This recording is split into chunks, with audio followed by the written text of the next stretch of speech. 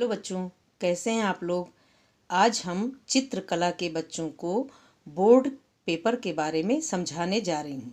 ये है हमारा 2000 का पेपर बोर्ड का, यूपी बोर्ड, जो आजकल प्रयागराज के नाम से प्रसिद्ध है। और इसके बारे में मैं बताने जा रही हूँ। इसको ध्यान से देख लीजिए और उसके बाद फिर इसके बारे में डिटेल मैं बताती हूँ। ये देखिए, हमने इसमें लिख रखा है चित्रकला आलेखन। ये पूरे 100 नंबर का होता है और इसमें 3 खंडों में ये विभक्त होता है। खंड क, ख, ग। ये खंड क, ख, ग तीनों अनिवार्य होते हैं। देखिए, वस्तु खंड क में वस्तुनिष्ठ प्रश्न आएगा, जिसमें कि एक एक नंबर के 10 प्रश्न आते हैं। वो भारतीय चित्रकला के इतिहास और सामान्य रूप से सामान्य ज्ञान की तरह से ये 10 प्रश्न होते हैं, जिसको आप लोगों को हल करना होगा और अगर सही अंक होंगे तो उसमें 10 अंक प्राप्त होंगे। खंड ख में आलेखन कला आता है। ये आलेखन हम किसी भी पुष्प, पत्ती, कली पर आधारित वृत्त, वर्ग, आयत, त्रिभुज किसी भी चीज़ में आएगा बनाने के लिए, जिसमें कोई भी फूल, पत्ती, कली और पशु या पक्षी पर आधारित आलेखन होता है।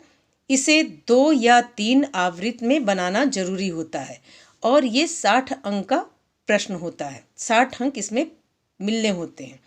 तो इस पे थोड़ा सा विशेष रूप से ध्यान दीजिए, क्योंकि ये 60 अंक का है और जब तक खूबसूरत नहीं बनेगा तब तक इसमें 60 अंक प्राप्त करना मुश्किल होगा।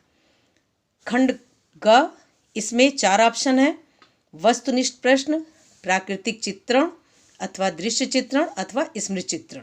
ये चारों ऑप्शन में से कोई एक बनाना है।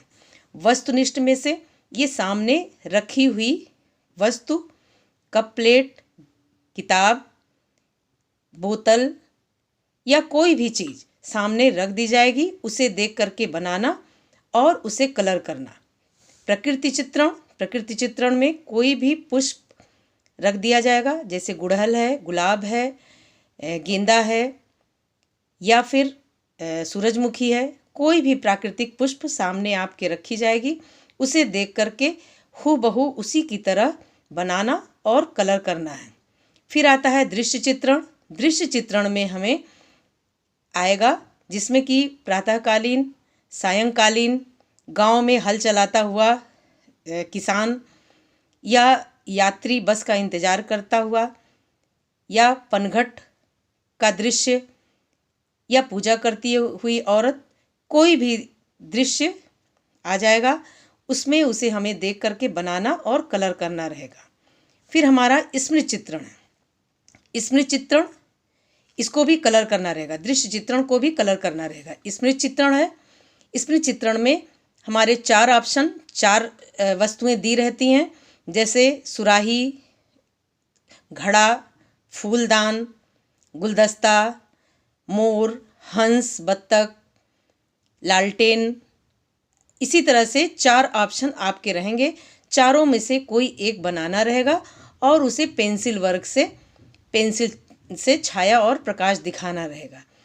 तो ये सिर्फ इसमें चित्रण ही पेंसिल वर्क रहेगा, बाकी ये तीनों ऑप्शन हमारे कलर करने वाले रहेंगे। तो ये 30 अंक का होगा। इस तरह से हमारे पूर्ण अंक हो जाते हैं 60, 10, 70 और 30, 100।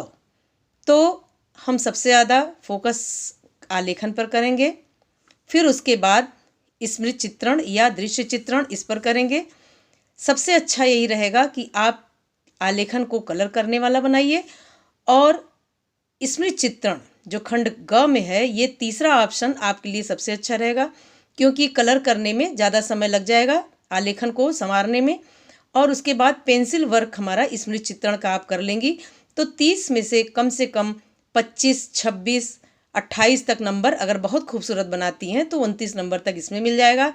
बहुत खूबसूरत रहेगा तो 60 में से 55 नंबर के आसपास या इससे भी ज़्यादा अगर खूबसूरत रहेगा तो 55 नंबर या 58 नंबर मिल जाएगा। और आपका 10 अंक में जो ऑप्शन आपके सही रहेंगे तो उसमें से जितने प्रश्न सही रहेंगे उतने अंक आपको मिल जाएंगे।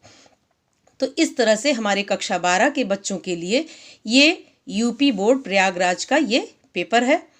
और आप पेपर भी देख लीजिए, इसको फुल पेपर में इसमें शार्ट करके मैंने इसे समझा दिया है। ये देखिए पेपर, ये बोर्ड का पेपर है आपके 2000 का। ये सारे पेपर ऑप्शन है, ये वस्तुनिष्ठ प्रश्न है। ये देखिए 10 क्वेश्चन आपके, ये सारे 10 क्वेश्चन आपके यहाँ तक के आ गए हैं। फिर उसके बाद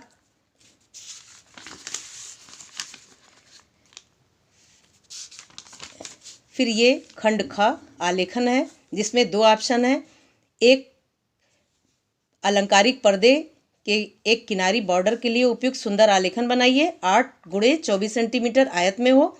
आलेखन सूरजमुखी के फूल पत्ती कली पर आधारित हो। उसमें अनुकूल स्थान पर पशु या पक्षी का समावेश करिए।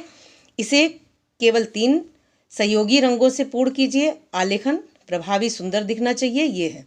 और इसका ऑप्शन है अथवा ये बनाइए चाहे ये बनाइए, दोनों में से। ये नृत्य कक्ष के लिए फर्श के लिए उपयुक्त मौलिक आलेखन की एक वृत्त में बनाइए। वृत्त का व्यास 8 सेंटीमीटर हो।